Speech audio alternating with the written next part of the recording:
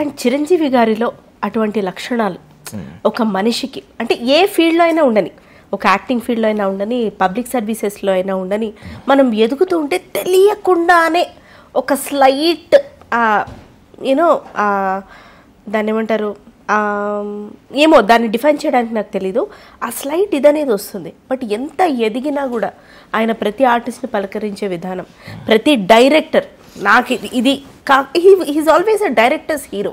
మొన్న ఈ మధ్యన కూడా నేను ఆయన్ని కలిసినప్పుడు నాకు కూడా అది అర్థమైంది. వచ్చి చక్కగా చేసుకెళ్ళిపోతారు, ప్రతిరోజు నేర్చుకోవాలన్న తపన, ప్రతి స్టెప్ ప్రాక్టీస్ చేయాలన్న ఇది. అలా what is that one major quality ఇప్పటికీ తెలియకుండా మీరు ఫాలో అయ్యేది? మనకి ఎంత వచ్చినా అంటే రెండు కోణాలు చెప్తాను. ఒక ప్రొఫెషనల్గా చెప్తాను, మన పర్సనల్ లెవెల్ రెండు చెప్తాను. ప్రొఫెషనల్ లెవెల్లో ఆయనకి ఎంత వచ్చినా, ఎంతో తెలిసినా ఏదో ఫ్రెషర్ వచ్చినట్టుగా ప్రయత్నం చేస్తాడు ఆయన. ఇప్పుడే ఇండస్ట్రీకి వచ్చాను ఆయన, వచ్చారు ఆయన ఇప్పుడు నేర్చుకుంటున్నారు ఆయన అన్నట్టుగా. ఎందుకంటే నేను ఒక ఉదాహరణ కూడా చెప్పగలను. ఒక సాంగ్ ఐ థింక్ జై చిరంజీవికే అనుకుంటా, FTV ఫిగరలే ఉంది రో ఈ పిల్ల అని ఒక సాంగ్ షూటింగ్ అవుతుంది. నాది వేరే సినిమా షూటింగ్ అవుతుంది రామనాథ్ స్టూడియోస్లో. చిరంజీవి గారు ఉన్నారని చెప్పి కలవడానికి వెళ్ళాను. సాంగ్ షూటింగ్ అవుతుంది. షూటింగ్ అవుతుంటే లారెన్స్ మాస్టర్ కంపోజిషను ఆయన స్టెప్ చేసేసారు. ఈయన ఇక్కడ కూర్చుని, ఇప్పుడు ఆయన చుట్టూ వాళ్ళంతమంది ఉన్నారు, ఎవరితో మాట్లాడలే. ఆయన కూర్చుని మూమెంట్ ఇలా అనుకుంటున్నారు, ఇలా అనుకుంటున్నారు.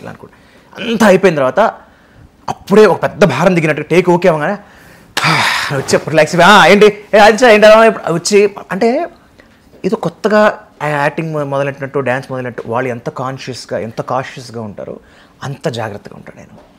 అంత జాగ్రత్తగా ఉంటూ అంత చేస్తూ మళ్ళీ వచ్చి ఆయన షాట్ చూసుకుంటూ పక్క తిరిగి బాగానే ఉందంటావా సార్, బాగానే ఉందంటావా అంటే మనం చిరంజీవి గారు ఏం చేసినా మనకు బాగుంటుంది కాదు, నిజంగా బాగుందా లేకపోతే బాగాలేకపోతే చెప్పరవాలేదు.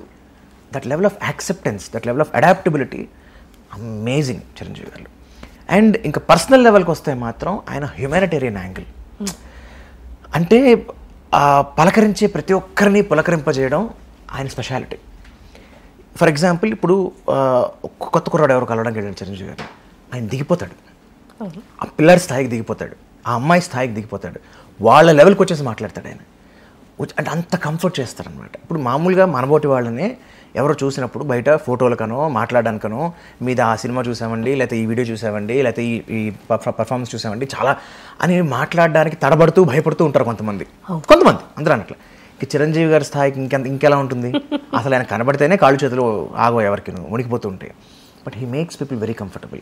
ఆయన చుట్టూ ఉన్న అట్మాస్ఫియర్ని ఒక మంచి పాజిటివ్ వైబ్రేషన్ క్రియేట్ చేస్తారు ఆయన. That I personal experienced. నేను ఆయన ఇంటికి వెళ్ళానని చెప్పా కదా ఇందాక మాటల్లో.